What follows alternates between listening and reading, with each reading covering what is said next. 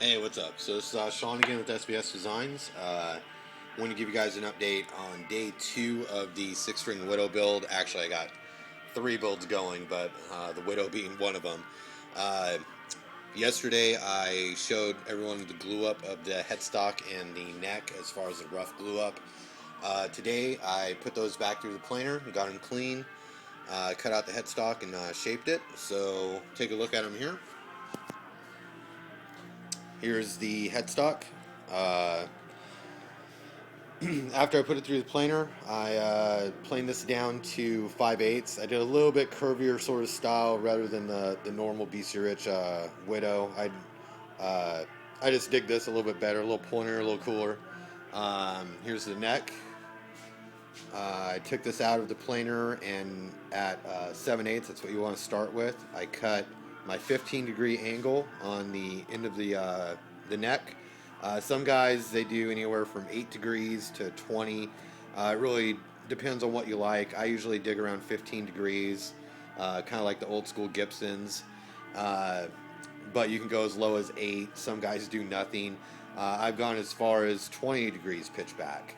I do it this way because there's other ways of doing it. Some guys will use a router with a jig, but there's literally no surface to glue onto. I found that out the hard way before when I worked for AHK Guitars. They're currently now called No Shadow Optics, um, where people would send in a neck to do LEDs, and it'd be a cheap neck, and it'd be done with that jig sort of thing, and there's no surface glued on there, so literally, as I'm steaming off the fingerboard to stick LEDs in it, the headstock would come right off with it. So me, when I do it, I know that I have plenty of surface room that's being glued.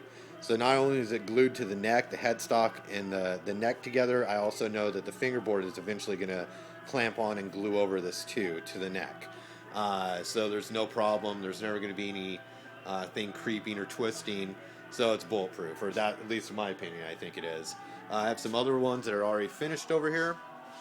All I have to do is put these on the belt sander to take away the excess here, so everything's flat, and we have a one solid flat piece. This is going to be for a 9-string. I did a satinwood veneer, and same deal with the neck, just like the 6-string we're working on. All these necks this time around, I did quilted maple, hard rock maple, and walnut together. Here's another. If we can get in here, the lighting's bad. Uh, Here's another 5-string neck. I also did a satinwood veneer on top of. So those are going to get going pretty good. Here I also have my fingerboards ready to go. I have my miter box, my slotting box. I'm going to put that on my scaler. It's going to be 35 scale. These are all 3 pieces of curly maple. This one here is going to be for the 5-string.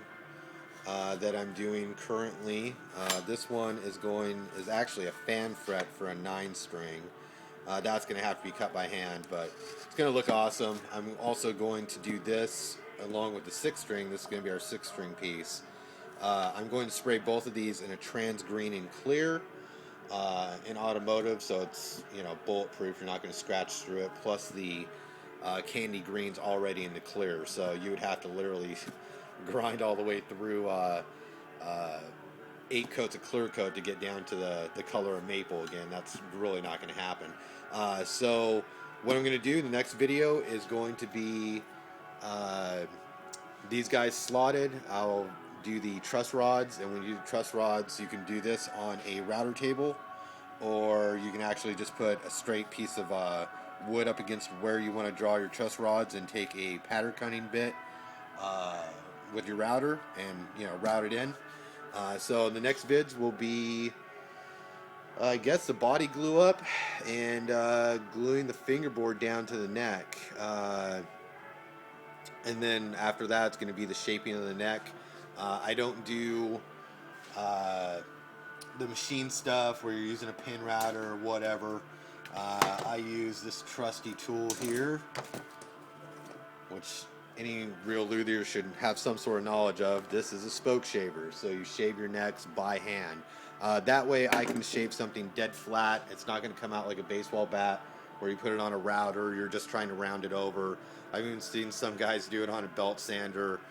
It's not consistent, and you're just asking for it. So, yeah, the next vids will be the body glue up and the neck shaping, and then after that, we'll get into the spraying and that sort of stuff. So, till next time, man, take care.